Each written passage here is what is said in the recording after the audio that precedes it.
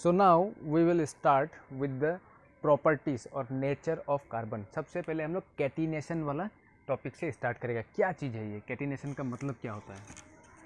तो ठीक है, देखो कैटिनेशन हम दोबारा इधर में लिखने नहीं जाएगा, अभी डायरेक्ट बता रहे हैं। कैटिनेशन का सिंपल जो मीनिंग होता है उसको लिखता है हम लोग self linking property.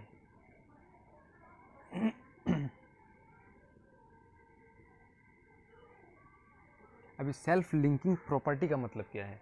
Self linking property का मतलब कार्बन का जो एटम है, एक कार्बन एटम दूसरा कार्बन एटम से बहुत ही आसानी से जुड़ सकता है by the help of covalent bond. Example के लिए हम बना देते हैं एक, जैसे कि ये कार्बन है, ये कार्बन ये दूसरा कार्बन से ज्वाइन हो गया, ये तीसरा से, ये तीसरा फोर्थ, फोर्थ से फिफ्थ, फिफ्थ से सिक्स, ऐसा करके ये जाते रहेगा।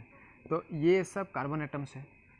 तो कार्बन एटम्स का ये एक खासियत है कि वो अपना ही जैसा दूसरा एटम का साथ में बहुत ही अच्छा से कोवैलेंसी का यूज़ करके, मतलब कोवैलेंट का बॉन्ड फॉर्मेशन करके बहुत लंबा लंबा चेन बना सकता है। हम लोग का अर्थ में जितना भी एलिमेंट है उसमें से कार्बन ही एक ऐसा एलिमेंट है जिसका ये सेल्फ लिंकिंग प्रॉपर्टी सबसे ज़्यादा है। इसलिए कार्बन का कंपाउंड हम लोग का नेचर में बहुत लंबा लंबा चेन में मिलता है। 100 कार्बन एटम्स, 200 कार्बन एटम्स का ऐसा चेन मिलेगा। जो हम लोग साबुन लगाता ना बॉडी में, वो साबुन में भी कुछ जो फैटी एसिड्स होता है वो बहुत ज़्यादा लंबा लंबा कार्बन चेन से बना हुआ होता है। तो इस चीज़ को भूलना नहीं, सिंपल सा चीज़ है। कार्बन का सेल्फ लिंकिंग प्रॉपर्टी को ही कैटिनेशन कहता है, मतलब बहुत लंबा चेन फॉर्म कर सकता है।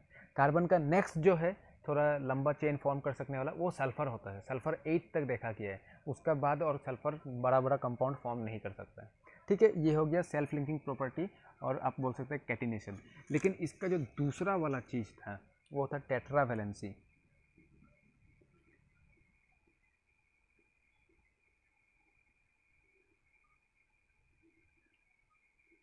इसमें क्या है, देखो कार्बन का आउटर मोस्ट शेल में ओनली 4 इलेक्ट्रॉन्स है, ठीक है, वो हम लोग मालूम था। तो कार्बन अभी क्या करेगा, उसका ऑक्टेट कंप्लीट करने के लिए उसको और 4 इलेक्ट्रॉन का ज़रूरत है। तो 4 इलेक्ट्रॉन का ज़रूरत है, इसके लिए इसका वैलेंसी कितना है, 4 है। मतलब इसको 4 इलेक्ट्रॉन का डेफिशिएंसी है। ये दूसरा से 4 इलेक्ट्रॉन मांगता है लेकिन कंप्लीटली लेने नहीं सकेगा, ये तो शेयरिंग करता है। प्रॉब्लम तो आप लोग को क्या है मालूम चले गया होगा, ठीक है। तो कार्बन का जो वैलेंसी है उसको हम लोग सिम्बॉलिकली अगर रिप्रेजेंट करना चाहता है तो इस तरह से करना पड़ेगा। देखो 1 2 3 4, 4 छोटा छोटा लाइन खींच दिए, बीच में कार्बन एटम है। This is the representation of tetra valency of carbon. इसका बारे में आपको बहुत ज़्यादा डिटेल में मालूम चलेगा, इसमें कुछ बॉन्ड एंगल्स वगैरह होता है, वो आपको क्लास 11 में मालूम चलेगा, अभी कुछ चाहिए नहीं ये सब, ठीक है। मतलब ये क्या हो गया, मतलब चारों दिशा में इसका एक हाथ है जिससे वो किसी से भी इलेक्ट्रॉन का साथ शेयरिंग कर सकता है, ठीक है। ये जो साइड है, इस साइड से वो कोई भी दूसरा कार्बन का साथ में बॉन्ड फॉर्मेशन कर सकेगा। ये जो एक साइड है वो कोई दूसरा कार्बन का साथ में बॉन्ड फॉर्मेशन कर सकेगा, इधर भी एक कर सकेगा, इधर भी एक कर सकेगा। फिर ये सब कार्बन का भी एक एक अपना अपना ऐसा टेट्रावैलेंसी होगा। फिर ये कार्बन भी किसी दूसरा कार्बन लोग का साथ में करेगा। तो आप देख सकते हैं कि ये एकदम जाल जैसा बहुत बड़ा हो जाएगा, ये ख़त्म होने वाला नहीं है, एक नेटवर्क जैसा हो जाएगा।